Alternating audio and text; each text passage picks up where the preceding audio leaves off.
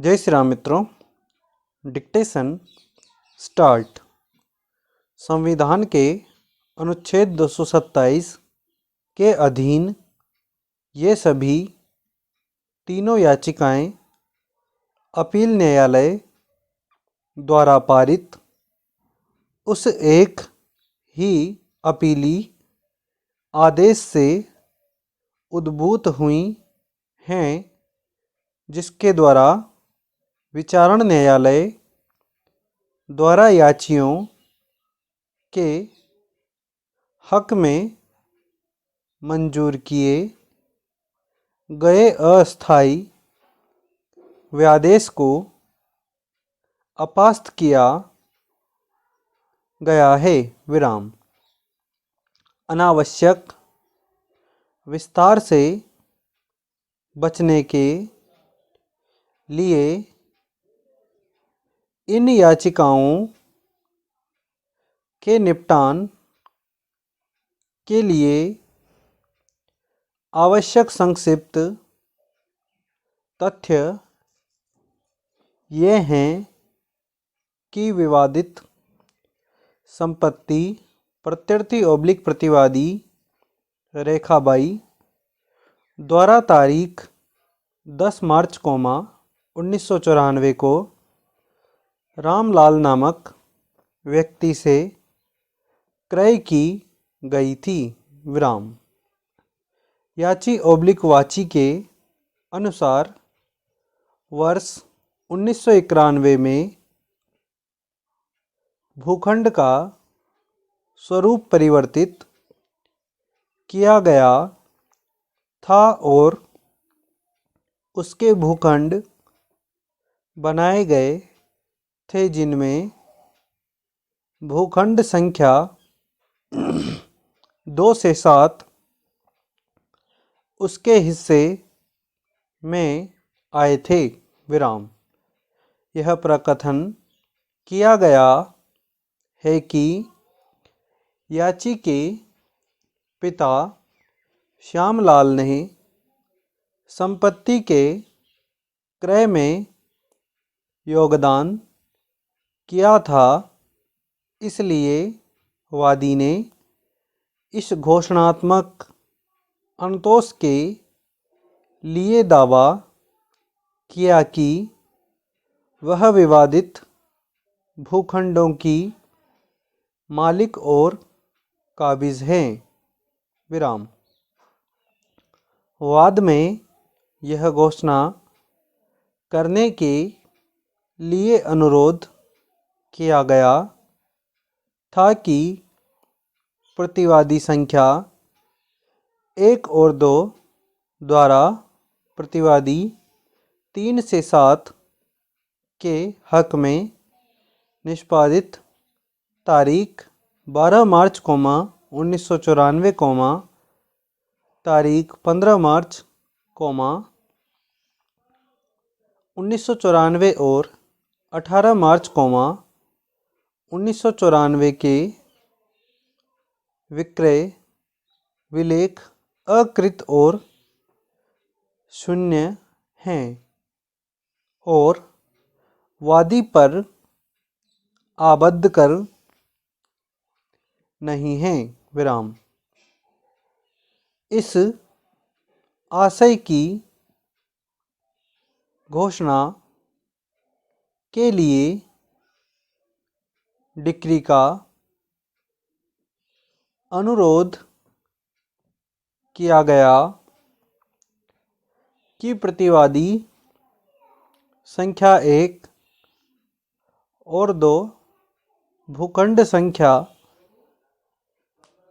1, 2, 5 और 8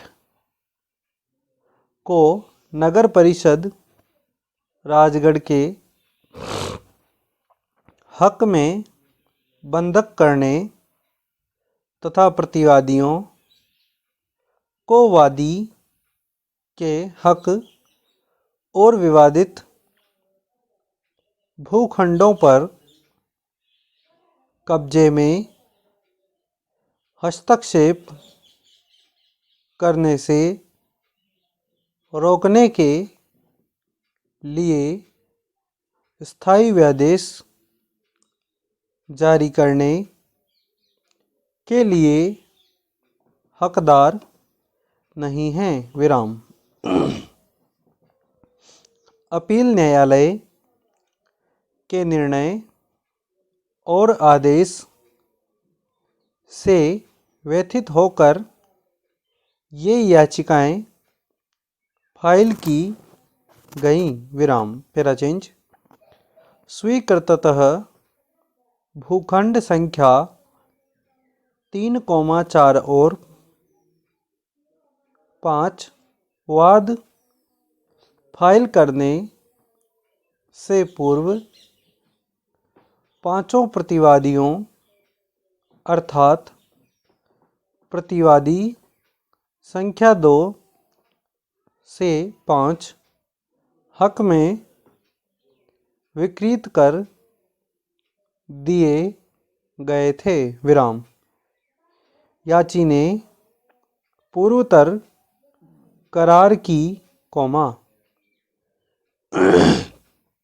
यदि यह विधिक रूप से निष्पादित किया गया था कौमा जानकारी होने के बावजूद विक्रय विलेखों के रजिस्ट्रीकरण के समय उपडेश रजिस्ट्रार के समक्ष कोई आक्षेप नहीं किया था। विराम।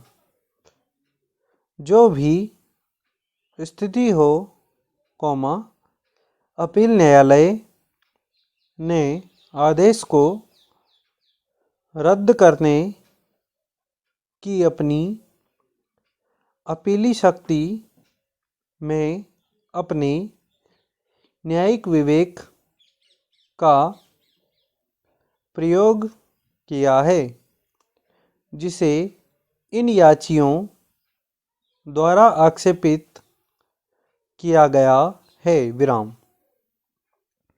वर्तमान मामले में अपील न्यायालय द्वारा अपनाया गया मत एक संभव मत है। विराम।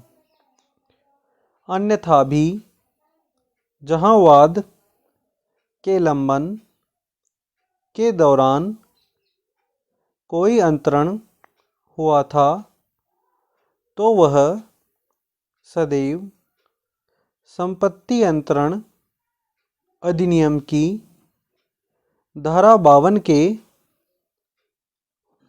अधीन वाद के लंबन के सिद्धांत के आधार पर वाद में विचार किए जाने के विनिश्चय के अधीन रहेगा। विराम। वादी सदैव ही यह अनुरोध कर सकता है कि वाद के लंबन के दौरान किसी प्रतिवादी द्वारा किया गया अंतरण उसके ऊपर आबद्ध कर नहीं होगा और विचारण न्यायालय वाद के निपटान के समय इस आशय के आदेश पारित कर सकता है। विराम।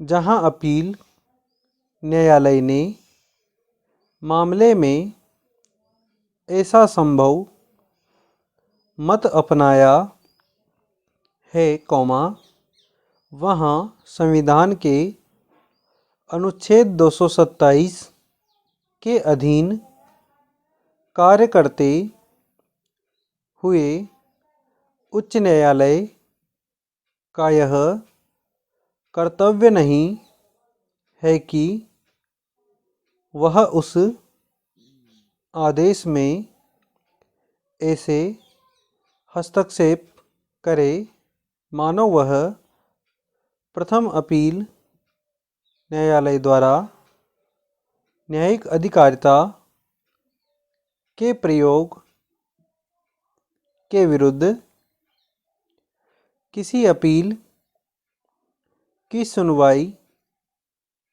कर रहा है। विराम। स्टॉप। धन्यवाद।